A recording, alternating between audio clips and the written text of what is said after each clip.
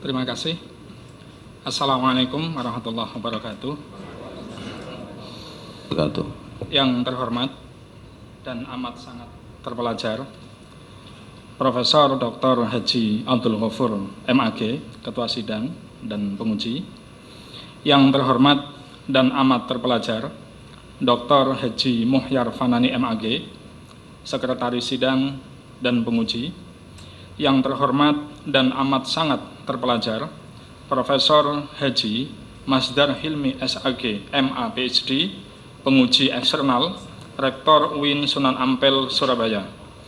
Yang terhormat dan amat sangat terpelajar Profesor Dr. Haji Abdul Jamil MA, Penguji. Yang terhormat dan amat sangat terpelajar Profesor Dr. HM Muhsin Jamil MAG, Penguji. Yang terhormat dan amat terpelajar Dr. Haji Zainul Atfar MAG, Penguji. Yang terhormat dan amat sangat terpelajar Profesor Dr. Haji Mujahirin Thohir MA, Promotor, Penguji. Yang terhormat dan amat terpelajar Dr. Haji Agus Nur Hadi MA, Kopromotor, Penguji. Dan para hadirin yang saya hormati, perkenankan saya menyampaikan presentasi secara garis besar disertasi yang saya tulis. Judul: Agama Orang Jalawastu. Latar belakang penelitian berawal dari ketertarikan sekaligus kegelisahan melihat cara beragama orang Jalawastu terkait ritual ngasa bertempat di Pesarian Gedong sebagai ekspresi rasa syukur kepada Sang Pencipta yang diyakini Batara Windu Buwana dan utusannya Guryang Panutus atas limpahan rezeki di Gunung Kumbang. Yang menjadikan kegelisahan adalah mereka kini Muslim dengan ciri menikah di KUA, kolom di KTP agama tertulis Muslim, ada ritual muludan dan tahlilan saat kematian. Di sini ditemukan kontradiksi yang serius. Islam idealnya hanya kepada Allah, tetapi faktanya ritual ngasa memuja Batara Windu Buwana. Dari persoalan tersebut dimunculkan pertanyaan. Pertama, apa corak kehidupan keberagamaan orang Jalawastu terkait ritual ngasa dan keislaman yang kini mereka anut? Kedua, apa corak relasi agama dan budaya dalam ritual ngasa orang Jalawastu? Ada dalam satu kesatuan atau antara keduanya adalah hal yang terpisah?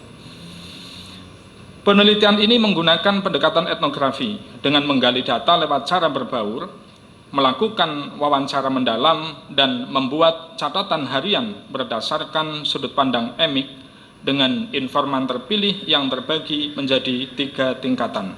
Pertama, informan kunci, mereka yang meyakini, menjiwai, menggerakkan, dan mempengaruhi. Kedua, informan sekunder, mereka yang meyakini, menjiwai, dan mempengaruhi. Kemudian informan pelengkap, meyakini, dan mengikuti. Dari telaah dan analisis data, diperoleh kesimpulan sebagai berikut. Pertama, sampai saat ini, corak keberagamaan orang Jalawastu masuk kategori Islam Jawa Abangan yang meski Islam tapi tidak bisa meninggalkan konsep lama, yakni keyakinan terhadap Batara Windu Buwana sebagai Sang Pencipta Alam dan Pranata Sosial Guryang Panutus, perihal pantangan-pantangan seperti pantangan tidak boleh memakai genting. Pembagian identitas sosial budaya menjadi 2 macam, yaitu Jalawastu dalam yang memahami Batara sebagai pencipta alam dalam konsep lama, Allah adalah pencipta alam dalam konsep baru, 2 hal yang berbeda eksistensi.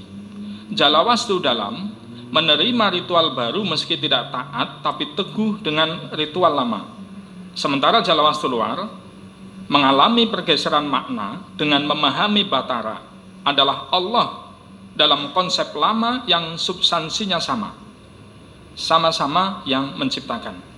Jalawastu luar memahami pada substansi dan sifat, tidak pada nama. Ritual lama guru yang panutus tetap mereka lakukan dengan substansi Allah dalam konsep baru.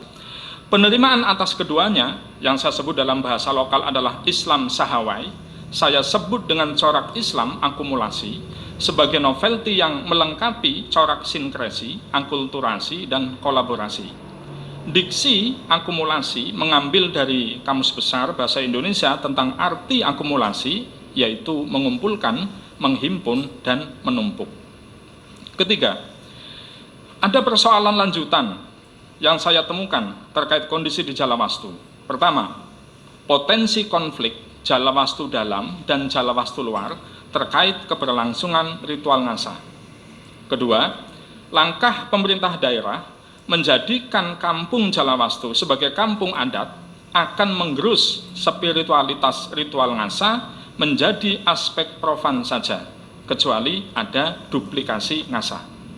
Ketiga, ritual ngasa terancam punah dengan meninggalnya orang Jalawastu dalam karena lambat, bahkan tidak ada regenerasi. Identitas sosial orang Jalawastu terdiri dari Jalawastu dalam dan Jalawastu luar. Terkait dengan keislaman mereka, maka Jalawastu dalam masih tertutup, keislaman bersifat administrasi dan instrumental saja. Sementara Jalawastu luar terus bergerak ke arah pergeseran makna dengan memahami substansi tetapi berproses. Mohon izin masih ada waktu, saya ingin menyampaikan salah satu petikan doa dalam ritual ngasa yang artinya Ananda ingin mempersembahkan sesaji dari kemenyan putih lurus pada sari dewa-dewa, ke atas pada leluhur, ke bawah pada Batara Jaya yang telah memberikan anugerah sari sesaji kemenyan putih dari Raja Ular dan dari Ratu Ular. Sampaikanlah sesaji kemenyan putih itu kepada Batara Windu Sakti Buwana. Ini foto dokumentasi. Yang pakai blangkon ini Jalawastu dalam, yang pakai kopiah putih Jalawastu luar. Ini sudah berangkat haji, tapi masih mau duduk di depan teleng. Ini ada seperti mangkok dari batu, ada airnya. Ini pusat ritual. Di sini sedang melaksanakan ritual ngukus, awal ritual ngasa yang berfungsi memanggil arwah para leluhur. Dan saya ada di sebelah sini, tapi tidak kelihatan. Yang kedua ini Curug Rambu Kasang.